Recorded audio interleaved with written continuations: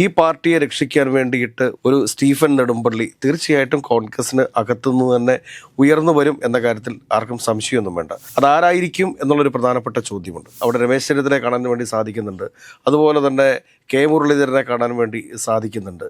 പക്ഷേ അതിനപ്പുറത്തേക്ക് ഈ സ്റ്റീഫൻ നെടുമ്പള്ളിയായിട്ട് വരാൻ സാധ്യതയുള്ള മറ്റൊരാളെന്ന് പറയുന്നത് VM സുധീരനാണ്. KCക്കും VD സതീശനും ഒക്കെയുള്ള അയോഗ്യതകൾ എന്താണെന്നുള്ളത്, കേരളത്തിൽ കോൺഗ്രസ് പാർട്ടി ഏറ്റവും വലിയ പ്രതിസന്ധി നേരിട്ടത് എപ്പോഴാണ് എന്ന് ചോദിച്ചു കഴിഞ്ഞാൽ ലീഡർ ശ്രീ K കരുണാകരൻ കോൺഗ്രസിനെ പിളർത്തിക്കൊണ്ട് മറ്റൊരു പുതിയ പാർട്ടി ഉണ്ടാക്കുന്ന ഒരു സമയമുണ്ടായിരുന്നു. ആ പ്രതിസന്ധിയെ മറികടക്കാൻ വേണ്ടിയിട്ട് അന്ന് കോൺഗ്രസിന്റെ ഹൈക്കമാൻഡ് കേരള പ്രദേശ് കോൺഗ്രസ് കമ്മിറ്റിയുടെ അധ്യക്ഷനായിട്ട് നിയമിച്ച ആളുടെ പേര് ശ്രീ രമേശ് ചെന്നിത്തല എന്നായിരുന്നു. പാർട്ടിക്കകത്ത് സ്വീകാര്യതയുള്ള ഒരു നേതാവാണ് രമേശ് ചെന്നിത്തല എന്നുള്ള കാര്യത്തിൽ സംശയമൊന്നും വേണ്ട. കോൺഗ്രസിന്റെ ഒരു കൾച്ചർ എന്ത് എന്ന് ചോദിച്ചാൽ അധികാരം ആർക്കൊപ്പമാണോ അവർക്കൊപ്പമായിരിക്കും പ്രവർത്തകർ എന്ന് പറയുന്നത്. കോൺഗ്രസിന് ഇപ്പോൾ മുമ്പിൽ നിർത്തി മുൻപോട്ട് പോകാൻ സാധിക്കുന്ന ഒരു വ്യക്തി എന്ന് പറഞ്ഞു കഴിഞ്ഞാൽ അത് രമേശ് ചെന്നിത്തലയാണ്. നമസ്കാരം. കോൺഗ്രസിനെ രക്ഷിക്കാൻ ഒരു സ്റ്റീഫൻ നെടുമ്പള്ളി വരാൻ ചാൻസ് ഉണ്ടോ? കോൺഗ്രസിനകത്തുണ്ടായിരുന്ന ബോബി, അതായത് ലൂസിഫറിലെ കഥാപാത്രമാണല്ലോ സ്റ്റീഫൻ നെടുമ്പള്ളി എന്ന് പറയുന്നത്. അപ്പോൾ ആ ലൂസിഫറിനകത്ത് തന്നെ ഉണ്ടായിരുന്ന ബോബി ഓൾറെഡി പാർട്ടിയിൽ നിന്ന് പുറത്തായി. ബോബി എന്ന് പറയുന്നത് മറ്റാരല്ല, രാഹുൽ മാങ്കൂട്ടത്തിൽ തന്നെയാണ്. അതായത് പാർട്ടിയെ പണം കൊണ്ടും അധികാരം കൊണ്ടും ഹൈജാക്ക് ചെയ്ത് അടുത്ത പ്രാവശ്യം ഒരു പക്ഷേ കേരളത്തിലെ ഏറ്റവും പ്രധാനപ്പെട്ട വകുപ്പ് ഭരിക്കുന്ന ഒരു മന്ത്രിയായിട്ട് മാറുക എന്നൊക്കെയുള്ള വലിയ ലക്ഷ്യങ്ങളായിരുന്നു രാഹുൽ മാങ്കൂട്ടം എന്ന ചെറുപ്പക്കാരൻ കണ്ടത്. അതിൻ്റെ ഒരു ഇൻസ്പിറേഷൻ ഈ ലൂസിഫർ എന്ന സിനിമയാണോ എന്ന് പോലും നമ്മൾ സംശയിക്കുന്നു. ഇപ്പം ദൃശ്യം സിനിമയൊക്കെ കണ്ടിട്ട് പല ആളുകളും കൊലപാതകം നടത്തിയതും ഒളിപ്പിച്ചതും ഒക്കെ നമ്മൾ കണ്ടിട്ടുണ്ട്. അപ്പോൾ ഇതേപോലെ ഒരു മാനസിക വൈകൃതം, ലൈംഗിക വൈകൃതം ഒക്കെ ഉള്ളൊരു ചെറുപ്പക്കാരൻ ഒരു പക്ഷേ രാഷ്ട്രീയത്തിൻ്റെ ഭാഗമായിട്ട് നിൽക്കുന്ന സമയത്ത് ഈ ബോബി ചിന്തിച്ചതുപോലെ, അതായത് ലൂസിഫറിലെ ബോബി എന്ന കഥാപാത്രം ചിന്തിച്ചതുപോലെയൊക്കെ ചിന്തിച്ചു പോവുക സ്വാഭാവികമാണ്. പക്ഷെ ഒരു കാര്യം നമ്മൾ മനസ്സിലാക്കേണ്ടത് വെച്ചാൽ കോൺഗ്രസ് എന്ന് പറഞ്ഞു കഴിഞ്ഞാൽ വളരെ വലിയൊരു പാർട്ടിയാണ്. ഈ പാർട്ടിയെ രക്ഷിക്കാൻ വേണ്ടിയിട്ട് ഒരു സ്റ്റീഫൻ നെടുമ്പള്ളി തീർച്ചയായിട്ടും കോൺഗ്രസിന് അകത്തുനിന്ന് തന്നെ ഉയർന്നു വരും എന്ന കാര്യത്തിൽ ആർക്കും സംശയമൊന്നും വേണ്ട. അതാരായിരിക്കും എന്നുള്ളൊരു പ്രധാനപ്പെട്ട ചോദ്യമുണ്ട്. ആ ചോദ്യത്തിനുള്ള ഉത്തരത്തിലേക്ക് നമ്മൾ നോക്കുന്ന സമയത്ത് അവിടെ രമേശ് ചെന്നിത്തലയെ കാണാൻ വേണ്ടി സാധിക്കുന്നുണ്ട്, അതുപോലെ തന്നെ കെ മുരളീധരനെ കാണാൻ വേണ്ടി സാധിക്കുന്നുണ്ട്. പക്ഷേ അതിനപ്പുറത്തേക്ക് ഈ സ്റ്റീഫൻ നെടുമ്പള്ളിയായിട്ട് വരാൻ സാധ്യതയുള്ള മറ്റൊരാളെന്ന് പറയുന്നത് VM സുധീരനാണ്. പക്ഷേ ഇതിനൊക്കെ അപ്പുറത്തേക്ക് മറ്റ് ആരിലേക്കെങ്കിലും ഒക്കെ നമ്മൾ നോക്കുന്ന സമയത്ത് അവരിലൊക്കെ ഒരു വില്ലനിസം ഉണ്ട് എന്ന് നമുക്ക് പറയാതിരിക്കാൻ വയ്യ. അതായത് ഈ ലൂസിഫർ എന്ന സിനിമയ്ക്കകത്ത് അവതരിപ്പിച്ചിട്ടുള്ള ഓരോ കഥാപാത്രങ്ങളും ശ്രീ സായികുമാർ അവതരിപ്പിച്ച വർമ്മ സാർ, ആ വർമ്മ സാറായിട്ടുള്ള കുറേ ആളുകളും കേരളത്തിലെ കോൺഗ്രസിനകത്ത് ഉണ്ട് എന്നുള്ളൊരു യാഥാർത്ഥ്യമാണ്. അവരെ സംബന്ധിച്ചിട്ട് അധികാരം ആർക്കൊപ്പമുണ്ടോ അവർക്കൊപ്പം നീങ്ങുന്നൊരു സാഹചര്യമാണ് ഉള്ളത്.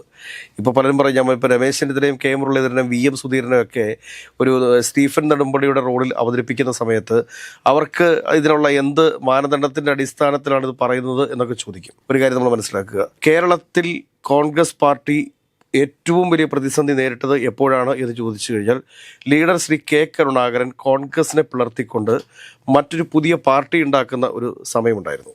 ആ സമയത്താണ് കേരളത്തിലെ കോൺഗ്രസ് നേരിട്ട ഏറ്റവും വലിയ പ്രതിസന്ധി എന്ന് പറയുന്നത്. ആ പ്രതിസന്ധിയെ മറികടക്കാൻ വേണ്ടിയിട്ട് അന്ന് കോൺഗ്രസിന്റെ ഹൈക്കമാൻഡ് കേരള പ്രദേശ് കോൺഗ്രസ് കമ്മിറ്റിയുടെ അധ്യക്ഷനായിട്ട് നിയമിച്ച ആളുടെ പേര് ശ്രീ രമേശ് ചെന്നിത്തല എന്നായിരുന്നു. അന്ന് രമേശ് ചെന്നിത്തലയോട് ഒപ്പം നിന്ന് പ്രവർത്തിക്കാൻ വേണ്ടിയിട്ട് മറ്റു കരുത്തരായ ഒരു നേതാവ് ഉണ്ടായിരുന്നു. ആ നേതാവിൻ്റെ പേരായിരുന്നു ഉമ്മൻചാണ്ടി എന്ന് പറയുന്നത്. അപ്പോൾ കൃത്യമായിട്ട് പറഞ്ഞു കഴിഞ്ഞാൽ ആ KPCC പ്രസിഡന്റായിട്ട് വന്നിരുന്ന രമേശ് ചെന്നിത്തല ശരിക്കും സ്റ്റീഫൻ നെടുമ്പള്ളി തന്നെയായിരുന്നു. പാർട്ടിയെ അദ്ദേഹം രക്ഷിച്ചു എന്ന് തന്നെ വേണം പറയാൻ. ഇപ്പോൾ ലൂസിഫറിൻ്റെ രണ്ടാം ഭാഗമായിട്ടുള്ള എമ്പുരാനകത്തും പാർട്ടി ഒരു പ്രതിസന്ധി നേരിട്ട സമയത്ത് അവതരിച്ച് പാർട്ടിയെ ആ ഒരു പ്രശ്നത്തിൽ നിന്ന് രക്ഷിക്കുന്ന ഒരു ആളായിരുന്നു സ്റ്റീഫൻ നെടുമ്പള്ളി എന്ന് പറയുന്നത്. അതായത് രമേശ് ചെന്നിത്തലയ്ക്ക് കള്ളക്കടത്തുണ്ട് എന്നല്ല ഞാൻ പറഞ്ഞു വരുന്നത്. പക്ഷേ പാർട്ടിക്കകത്ത് സ്വീകാര്യതയുള്ള ഒരു നേതാവാണ് രമേശ് ചെന്നിത്തല എന്നുള്ള കാര്യത്തിൽ സംശയമൊന്നും വേണ്ട. അതോടൊപ്പം തന്നെ കെ മുരളീധരന് സമാനമായ സ്വീകാര്യതകളുണ്ട്. അതോടൊപ്പം തന്നെ ശ്രീ VM സുധീരന്. അപ്പോൾ പല ആളുകളും ചോദിക്കും, KCക്കും VD സതീശനും ഒക്കെയുള്ള അയോഗ്യതകൾ എന്താണെന്നുള്ളത്. പല കോൺഗ്രസ് പ്രവർത്തകരിൽ നിന്നും നേതാക്കന്മാരിൽ നിന്നും ഒക്കെ നമുക്ക് മനസ്സിലാക്കാൻ വേണ്ടി സാധിക്കുന്ന ഒരു കാര്യം എന്ത് എന്ന് ചോദിച്ചു കഴിഞ്ഞാൽ VD സതീശനും അതോടൊപ്പം തന്നെ ഷാഫി പറമ്പിലും രാഹുൽ മാങ്കൂട്ടവും അടങ്ങുന്ന ഒരു ക്രിമിനൽ സിൻഡിക്കേറ്റ് തന്നെ കേരളത്തിലെ കോൺഗ്രസിനകത്ത് ഉണ്ടായിരുന്നു എന്നുള്ളതാണ്. P സരിൻ ഇന്നലെ അത് വളരെ വ്യക്തമായിട്ട് പറഞ്ഞിട്ടുണ്ട്. ഈ ഒരു ക്രിമിനൽ സിൻഡിക്കേറ്റിന്റെ ഭാഗമായിരുന്നു ഈ 3 പേരും. ഈ 3 പേരും കൂടി ചേർന്ന് കേരളത്തിലെ കോൺഗ്രസിനെ ഹൈജാക്ക് ചെയ്യാൻ വേണ്ടിയിട്ടുള്ള ശ്രമങ്ങളാണ് നടന്നത്.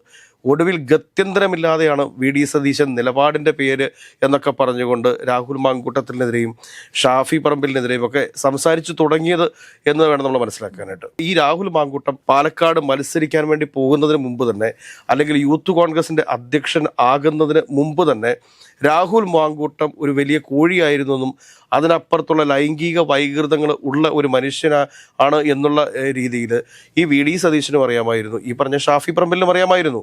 അതിനുശേഷം പിന്നീട് നിലക്കക്കളി ഇല്ലാതെ വന്നു കഴിഞ്ഞപ്പോഴത്തേക്കാണ് ഈ പറഞ്ഞ വി.ഡി. സതീശൻ കൈ കഴുകിയത്, അതായത് ഇവരെ ഒഴിവാക്കിയത്. അതല്ലായിരുന്നെങ്കിൽ ഇവരുടെ 3 പേരുടെയും താണ്ഡവമായിരുന്നു എന്നേ കേരളത്തിൽ. ഇവരുടെ 3 പേരുടെയും താണ്ഡവമായിരുന്നു. ബോബി ആയിട്ടുള്ള ഈ പറയുന്ന രാഹുൽ മാങ്കൂട്ടവും അതോടൊപ്പം തന്നെ ഷാഫി പറമ്പിലും ഈ പറഞ്ഞ വി.ഡി. സതീശനും കൂടെയുള്ള ഒരു താണ്ഡവമായിരുന്നു.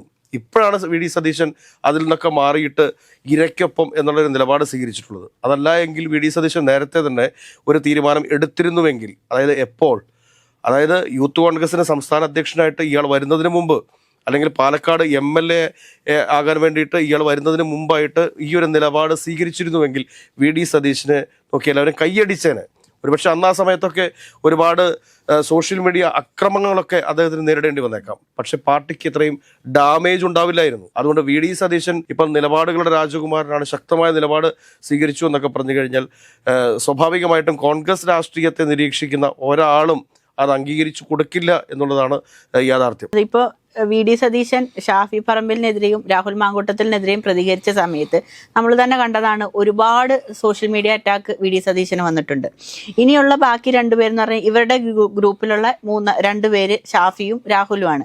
അപ്പോൾ അവർ തമ്മിൽ അങ്ങോട്ടും ഇങ്ങോട്ടും ഒരാൾക്കെതിരായിട്ട് ഒരു നിലപാട് പറഞ്ഞാൽ വീണ്ടും ഈ ഒരു അറ്റാക്ക് ഇവർ തമ്മിൽ അങ്ങോട്ടും ഇങ്ങോട്ടും ഇല്ല. കാരണം രാഹുൽ ഫാൻസ് തീർന്നു. കോൺഗ്രസിന്റെ ഒരു കൾച്ചർ എന്ത് എന്ന് ചോദിച്ചാൽ അധികാരം ആർക്കൊപ്പമാണോ അവർക്കൊപ്പമായിരിക്കും പ്രവർത്തകർ എന്ന് പറയുന്നത്, നേതാക്കന്മാർ എന്ന് പറയുന്നത്. ഇപ്പൊ തന്നെ ഒരു കാര്യം മനസ്സിലാക്കുക, കേരളത്തിൽ സത്യം പറഞ്ഞു കഴിഞ്ഞാൽ ഇപ്പൊ ഗ്രൂപ്പ് ഇല്ല, കോൺഗ്രസിനകത്ത് ഗ്രൂപ്പ് ഇല്ല, അത് സത്യമാണ്.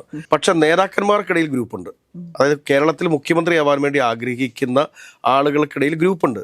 പക്ഷെ ഈ ഗ്രൂപ്പ് എന്ന് പറയുന്ന ആളുകളുടെ ഒന്നും കീഴിലൊന്നും ഈ പറയുന്ന തരത്തിലുള്ള ജനപിന്തുണയൊന്നുമില്ല. അവർ ഈ കേരളത്തിലെ കോൺഗ്രസ് പ്രവർത്തകർ എന്താണ് നിരീക്ഷിച്ചുകൊണ്ടിരിക്കുന്നത്, അടുത്ത പ്രാവശ്യം UDF അധികാരം കിട്ടിക്കഴിഞ്ഞാൽ ആരായിരിക്കും കേരളത്തിന്റെ മുഖ്യമന്ത്രി, ആ കേരളത്തിന്റെ മുഖ്യമന്ത്രിയായിട്ട് ആര് വരുന്നോ അവരോടൊപ്പമായിരിക്കും കേരളത്തിലെ കോൺഗ്രസ് പ്രവർത്തകർ.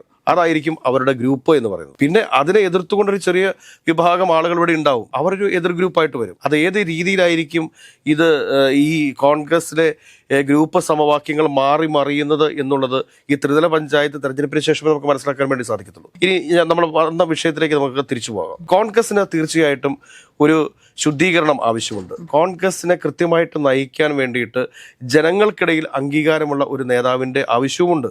അപ്പോൾ അങ്ങനെ വരുമ്പോഴത്തേക്ക് കോൺഗ്രസിനെ സംബന്ധിച്ചിട്ട് കോൺഗ്രസിന് ഇപ്പോൾ നിലവിൽ KPCC അധ്യക്ഷനായിട്ടോ അല്ലെങ്കിൽ കോൺഗ്രസിന്റെ പ്രധാനപ്പെട്ട ചുമതലകളിലോ കോൺഗ്രസിനെ ലീഡ് ചെയ്യാനോ കൊണ്ടുവരാൻ സാധിക്കുന്ന 3 വ്യക്തികളുടെ പേരാണ് നമ്മൾ ആദ്യം പറഞ്ഞത്. അതിലൊന്ന് രമേശ് ചെന്നിത്തലയാണ്, K മുരളീധരനാണ്, പിന്നെ മൂന്നാമതൊരാൾ VM സുധീരനാണ്.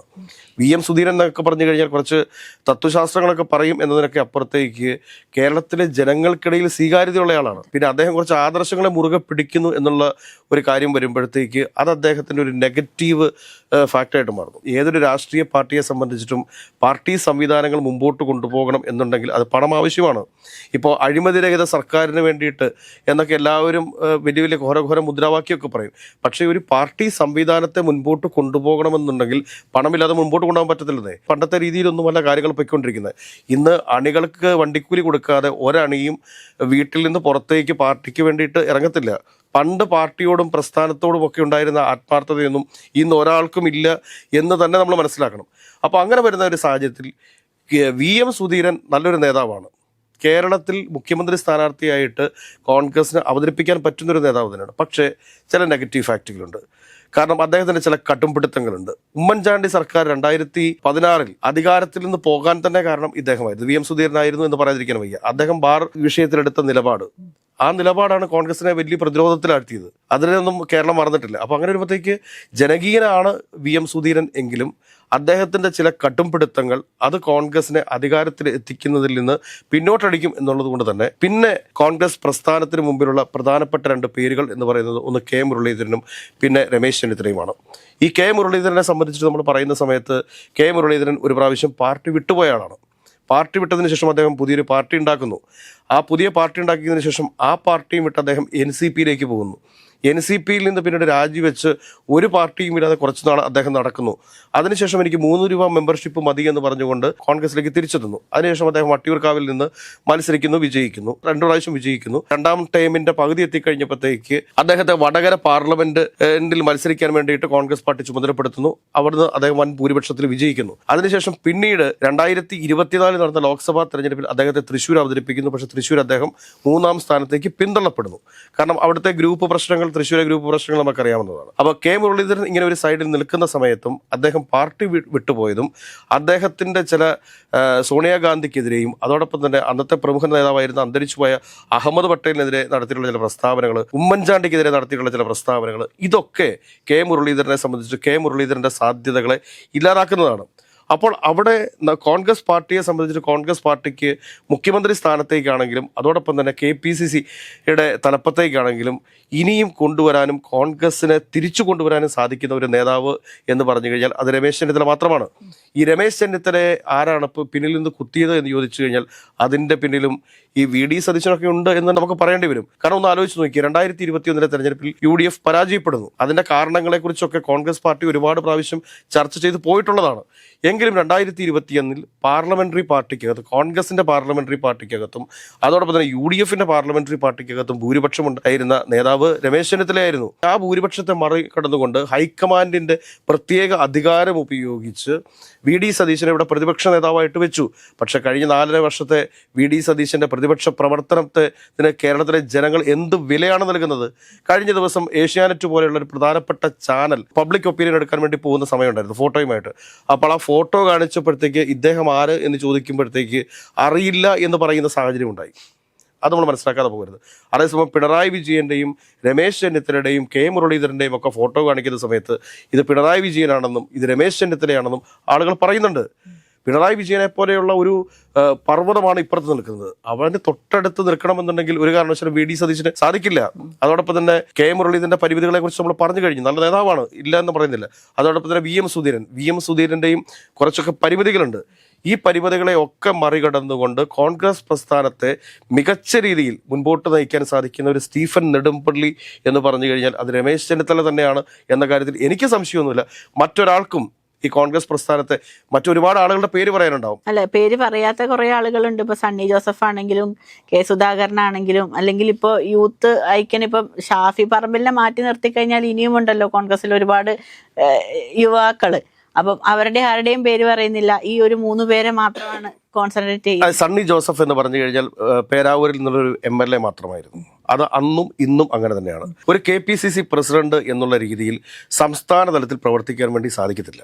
അതിന് കാരണം എന്താണെന്ന് ചോദിച്ചു കഴിഞ്ഞാൽ അദ്ദേഹം ബ്ലോക്ക് കോൺഗ്രസ് കമ്മിറ്റിയുടെ ഭാരവാഹിയായിട്ട്, ജില്ലാ കോൺഗ്രസ് കമ്മിറ്റിയുടെ ഭാരവാഹിയായിട്ട് ഒക്കെ വളർന്നു വന്ന ഒരു നേതാവാണ്. അതേസമയം ഞാൻ ഈ പറഞ്ഞ രമേശ് ചെന്നിത്തല എന്ന് പറയുമ്പോൾ അദ്ദേഹം KSUവിലൂടെ, യൂത്ത് കോൺഗ്രസിലൂടെ ഒക്കെ വളർന്നു വന്ന ആളാണ്. അപ്പോൾ അദ്ദേഹത്തെ സംബന്ധിച്ച് കാസർഗോഡ് തുടങ്ങി തിരുവനന്തപുരം വരെയുള്ള ഓരോ സ്ഥലത്തെക്കുറിച്ചും കൃത്യമായ ധാരണയുണ്ട്. അവിടെയുള്ള ഓരോ പ്രവർത്തകരെക്കുറിച്ചും കൃത്യമായ ധാരണയുണ്ട്. ഇതിപ്പോൾ സണ്ണി ജോസഫിനെ സംബന്ധിച്ച് സണ്ണി ജോസഫിനോട് തൃശ്ശൂരുള്ള ഒരു ബ്ലോക്ക് കോൺഗ്രസ് കമ്മിറ്റി പ്രസിഡന്റിന്റെ പേര് ചോദിച്ചു കഴിഞ്ഞാൽ ഒരുപക്ഷെ അദ്ദേഹത്തെ പരിചയപ്പെടുത്തേണ്ടി വരും. അല്ലെങ്കിൽ എറണാകുളത്തുള്ള ഒരു ബ്ലോക്ക് കോൺഗ്രസ് കമ്മിറ്റിയുടെ പ്രസിഡന്റിനെ കുറിച്ച് ചോദിച്ചു കഴിഞ്ഞാൽ അദ്ദേഹത്തെ പരിചയപ്പെടുത്തേണ്ടി വരും. മനസ്സിലായോ? അപ്പോൾ അങ്ങനെ വരുന്നൊരു സാഹചര്യത്തിൽ സണ്ണി ജോസഫിനെയൊക്കെ സംബന്ധിച്ച് സണ്ണി ജോസഫിനൊക്കെ ഒരുപാട് പരിമിതികളുണ്ട്. അതേസമയം രമേശ് ചെന്നിത്തലയെ സംബന്ധിച്ചിട്ട് അങ്ങനത്തെ ഒരു പ്രശ്നമില്ല. രമേശ് ചെന്നിത്തലയെ സംബന്ധിച്ചിട്ട് രമേശ് ചെന്നിത്തലയോട് പറയുന്നത് എറണാകുളത്ത് ഇന്ന ബ്ലോക്കിന്റെ പ്രസിഡന്റ് കൃത്യമായിട്ട് അദ്ദേഹത്തിന് അറിയാം. കാരണം വർഷങ്ങളായിട്ട് അദ്ദേഹം കോൺഗ്രസിന്റെ സംസ്ഥാന തലത്തിൽ അല്ലെങ്കിൽ ദേശീയ തലത്തിലൊക്കെ പ്രവർത്തിച്ചിട്ടുള്ള നേതാവാണ്. സണ്ണി ജോസഫ് അതിൻ്റെതായിട്ടുള്ള പരിമിതികളുണ്ട്. കെ സുധാകരൻ സമാനമായ പ്രശ്നങ്ങളുണ്ട്. അദ്ദേഹം കണ്ണൂർ രാഷ്ട്രീയത്തിലെ പുലിക്കുട്ടിയായിരുന്നു. കേരളത്തിലെ മുഴുവൻ കോൺഗ്രസ്സുകാരുടെയും ഒരു ആരാധനാ കഥാപാത്രമായിരുന്നു. പക്ഷെ ഈ ആരാധനാ കഥാപാത്രത്തിനും കണ്ണൂരിന് അപ്പുറത്തേക്ക് ബന്ധങ്ങൾ കുറവാണെന്നേ. അദ്ദേഹത്തിന് ചില ബന്ധങ്ങളൊക്കെ ഉണ്ട്. എല്ലാ ജില്ലകളിലും അദ്ദേഹത്തിന് ചില ആരാധക ഫാൻസ് ഗ്രൂപ്പുകളൊക്കെ ഉണ്ട്. പക്ഷെ അതിനപ്പുറത്തേക്ക് കോൺഗ്രസ് സംഘടനാ സംവിധാനത്തിൽ കഴിഞ്ഞ കുറേ നാളുകളായിട്ട് പ്രവർത്തിച്ചുകൊണ്ടിരിക്കുന്ന ആളുകളെ സംബന്ധിച്ചിട്ടുള്ള ഒരു ധാരണയൊന്നും കെ സുധാകരനില്ല. അതേസമയം VM സുധീരനുണ്ട്. VM സുധീരൻ KSലൂടെയൊക്കെ വളർന്നു വന്നിട്ടുള്ള ആളാണ്. ഈ പറഞ്ഞ മുല്ലപ്പള്ളി രാമേന്ദ്രനുണ്ട്. ഇവർക്കൊക്കെ ഉണ്ട്. പക്ഷെ നമ്മൾ അങ്ങനെയുള്ള രീതിയിൽ വിലയിരുത്തിയിട്ട് വേണം നമ്മൾ സംസാരിക്കുക. ഇപ്പോൾ ആന്റോ ആന്റണി KPCC പ്രസിഡന്റായിട്ട് വരുന്നതിന് ഏറ്റവും ശക്തമായിട്ട് ദൃശ്യമാധ്യമങ്ങളും സാമൂഹിക മാധ്യമങ്ങളും ഒക്കെ എതിർത്തിരുന്നു. പക്ഷെ അദ്ദേഹത്തിന് KSU പാരമ്പര്യമുണ്ട്. KSUവിന്റെ സംസ്ഥാന ഭാരവാഹിയായിട്ടിരുന്ന ആളാണ്, യൂത്ത് കോൺഗ്രസിന്റെ സംസ്ഥാന ഭാരവാഹിയായിട്ടിരുന്ന ആളാണ്. അപ്പോൾ അങ്ങനെ വരുമ്പോഴത്തേക്ക് സംസ്ഥാനത്തിന്റെ തിരുവനന്തപുരം മുതൽ കാസർഗോഡ് വരെയുള്ള ആളുകളുമായിട്ടുള്ള ബന്ധം ഓരോ പഞ്ചായത്തിൽ ചെന്നിട്ട് മണ്ഡലം പ്രസിഡന്റ് ഇതാണെന്ന് പറഞ്ഞാൽ രമേശ് ചെന്നിത്തലയ്ക്ക് അവരെ അറിയാൻ പറ്റും. രമേശ് ചെന്നിത്തല അറിയാത്തവർ രമേശ് ചെന്നിത്തല അറിയാത്ത ആളുകളും ഉണ്ടാവത്തില്ല. അതേസമയം KM മുരളീധരൻ എന്ന് പറഞ്ഞ സേവാദളിലൂടെ വന്ന ആളാണ്. അദ്ദേഹം യൂത്ത് കോൺഗ്രസിൽ പോലും പ്രവർത്തിച്ചിട്ടില്ല. സേവാദളിൽ നിന്നും കോൺഗ്രസിലേക്ക് വരുന്നു. കോൺഗ്രസിൽ നിന്നും പിന്നെ ഇവിടെ അദ്ദേഹം KPCCയുടെ ഏക വൈസ് പ്രസിഡന്റും പിന്നീട് പ്രസിഡന്റും ഒക്കെ ആവുന്ന കാഴ്ച നമ്മൾ കണ്ടതാണ്. അപ്പോൾ ഇതിനകത്ത് ഒരുപാട് വ്യത്യാസങ്ങളുണ്ട്. മൊത്തത്തിൽ നമ്മൾ നോക്കിക്കഴിയുമ്പോഴത്തേക്ക് ഒരു അസസ്മെന്റ് നടത്തുന്ന സമയത്തേക്ക് പിന്നെ KC വേണുഗോപാൽ സമാനമായിട്ടുള്ള ബന്ധങ്ങളൊക്കെ ഉണ്ട്. കാസർഗോഡ് മുതൽ തിരുവനന്തപുരം വരെയുള്ള ബന്ധങ്ങളുണ്ട്. പക്ഷേ അദ്ദേഹം ദേശീയ തലത്തിൽ കോൺഗ്രസിന് ഏൽപ്പിച്ചിരിക്കുന്ന പരിക്ക് അത് വിദ്യാസമ്പന്നരായ മലയാളികളുടെ മനസ്സിൽ എപ്പോഴും ഉണ്ടാവും. അതുകൊണ്ട് തന്നെ KC ഒക്കെ അക്സെപ്റ്റ് ചെയ്യാന്ന് പറഞ്ഞു കഴിഞ്ഞാൽ ഭയങ്കര ബുദ്ധിമുട്ടുള്ള കാര്യമാണ്. അപ്പോൾ ഇതിന് മുമ്പിൽ കോൺഗ്രസിനെ സംബന്ധിച്ചിട്ട് കോൺഗ്രസിന് ഇപ്പോൾ മുമ്പിൽ നിർത്തി മുൻപോട്ട് പോകാൻ സാധിക്കുന്ന ഒരു വ്യക്തി എന്ന് പറഞ്ഞു കഴിഞ്ഞാൽ അത് രമേശ് ചെന്നിത്തലയാണ്. രമേശ് ചെന്നിത്തലയ്ക്ക് അപ്പുറത്തേക്ക് ഈ പറഞ്ഞ മറ്റ് ആര് കോൺഗ്രസിനെ നയിക്കാൻ വന്നാലും കോൺഗ്രസിന്റെ ഗതി അധോഗതിയായിരിക്കും എന്ന കാര്യത്തിൽ ഒരാൾക്കും ഒരു സംശയവും വേണ്ട.